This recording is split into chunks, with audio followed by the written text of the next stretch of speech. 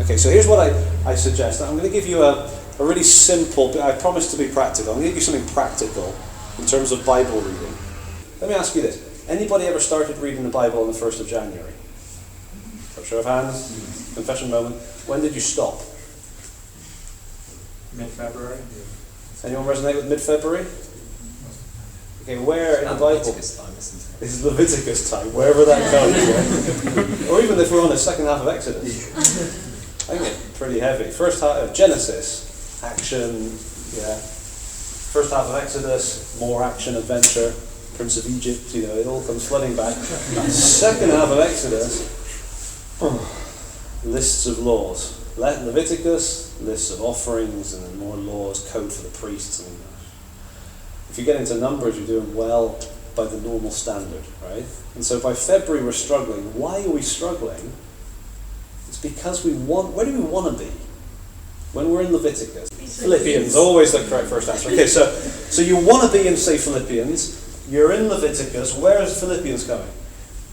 November. Right? November, December is going to be brilliant, but I don't think I can make it because I'm stuck in Leviticus. Okay, and you're kind of laughing, I think, because you resonate with the feeling. It's kind of like I can run and I can walk, but the speed in between I struggle with. You ever been with someone that just walks really fast and you're out of breath, but if you're jogging, you could be having a conversation. It's like you're not quite one or the other, and it doesn't seem to quite work. So what we tend to end up doing in our Bible reading is saying, right, I'm going to be very dutiful, I'm going to get through my Bible this year, and we go 3 chapters a day, and it's not quite fast enough and it's not quite slow enough.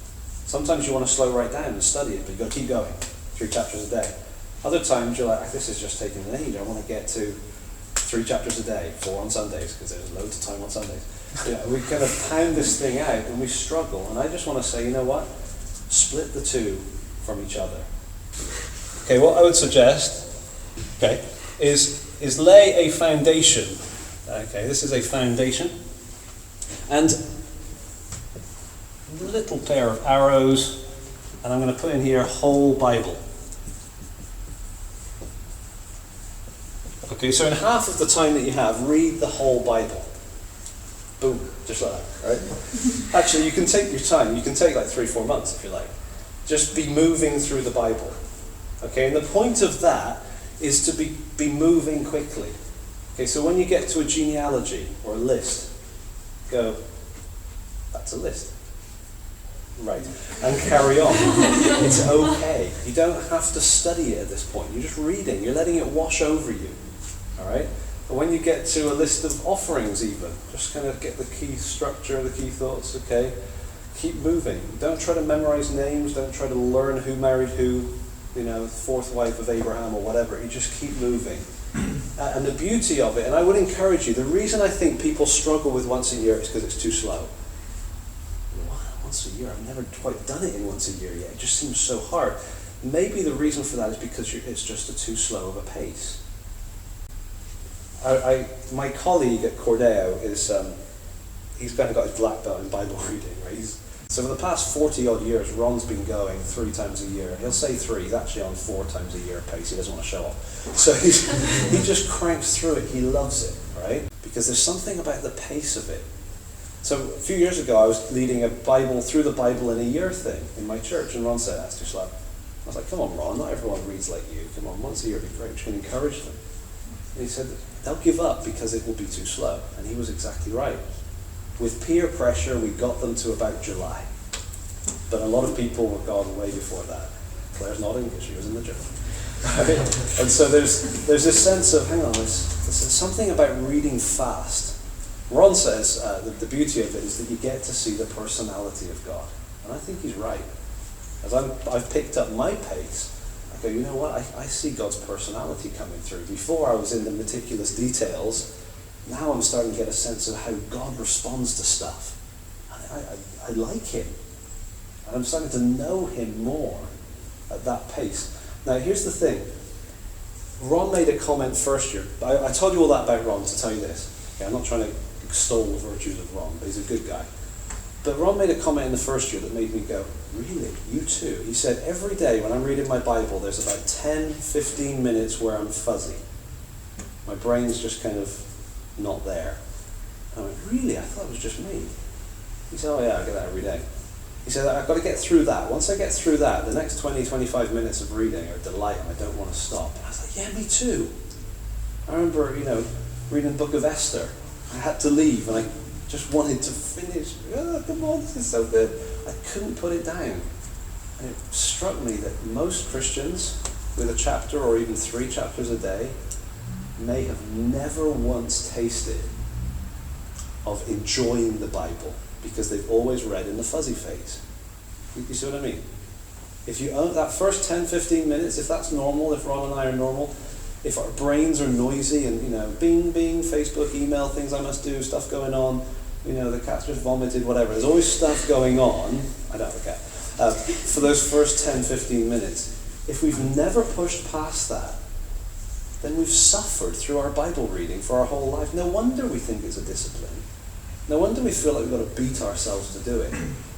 And so with this approach, I'd say, you know what? You'll find it hard to stop if you can get past that. Get into it. It may be 8, 9, 10, 11, 12 pages of Bible, maybe multiple chapters, a third of 30 Psalms or something, but you'll love it because you get into it and it engages and it captivates. Okay, so that's my suggestion on this part here. Just go for it. Chase God like you want to know him. Now, what people tend to say to that is, if I did that, I would never retain anything. It would just in one ear, out the other, right? And I go, yeah, that's fine. Don't worry about it. The illustration that I've heard from someone somewhere along the line is if you take a sieve or a colander and you pour water into it, you don't retain anything, much of anything, right? You don't remember it. You haven't got all this stuff lodged in your brain. But what you get is a very clean sieve.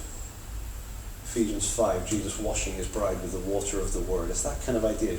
The word pouring through us cleanses us, it changes us, it captivates us, it draws us to him. We find ourselves appreciating and liking and loving this God. Okay, so that's half. If you do 15 minutes a day and you keep moving and you're students, you can all read probably fairly quick compared to the average. But even if you struggle reading, turn it on audio.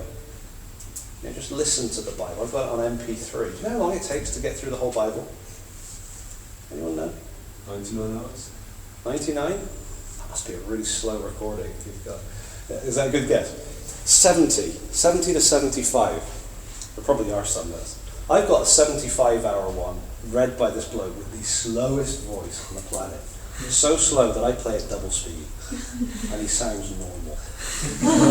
Alright, so somewhere, if you're really kind of plodding, 70 hours. Take 10 hours a day, you'll be through the Bible in a week. Suddenly 70 hours doesn't seem that much, does it? The other half, I would say study. Okay, so this is fast read. There's no study in this. It's just moving. Just keep going. Enjoy it. Get to know God. The other half, say, Lord, you know what? If you inspired this, I want to chew on this like it's the most important thing on the planet. And that fast read through, I'm loving it, but I don't want to treat it as cheap in any way. I want to study it. And so I would suggest you start building. I really should close the lid on this pen, shouldn't I? Start putting bricks on top of the foundation, okay? And you build on there, and then you can add brick upon brick. You can tell I didn't study art, can you? And you can just keep on going here. And then what are the bricks? I would suggest that God. I'm not suggesting this. I think I've got evidence to prove it. God gave us a Bible made up of books. Right? He gave us 66 books. So my suggestion is take a book and go for it. If you've got 15 minutes, you can start getting into a book over the course of days and weeks. And so for however long it takes, 2, 3, 4 weeks, whatever you want to give to it, as long as you're motivated to be in that book, study a book. When you come to the end of that, celebrate. Be a success instead of a complete loser like we all feel with Bible reading. So, I've spent the last 3 weeks in the book of Titus, really enjoyed it. I tend to put closure on it somehow. I'll say, this has been so good.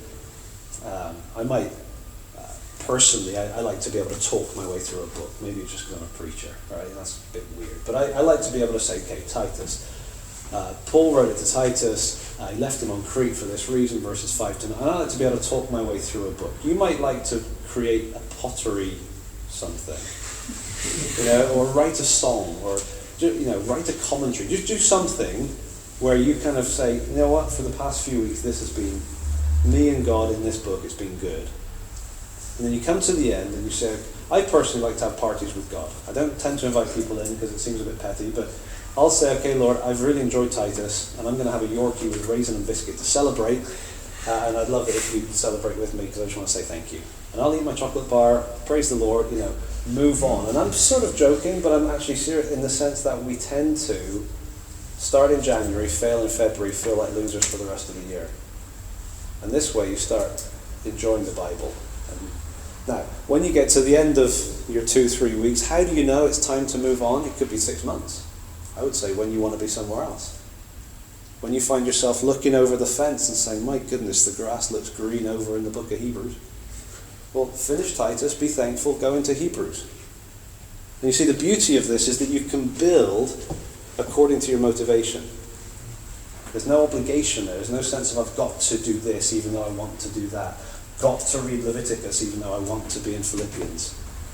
No, you haven't got to. Go wherever you want. You're reading the whole thing anyway. You're getting a balanced diet. Now go where you're motivated. I think sometimes we treat the Bible as this burden.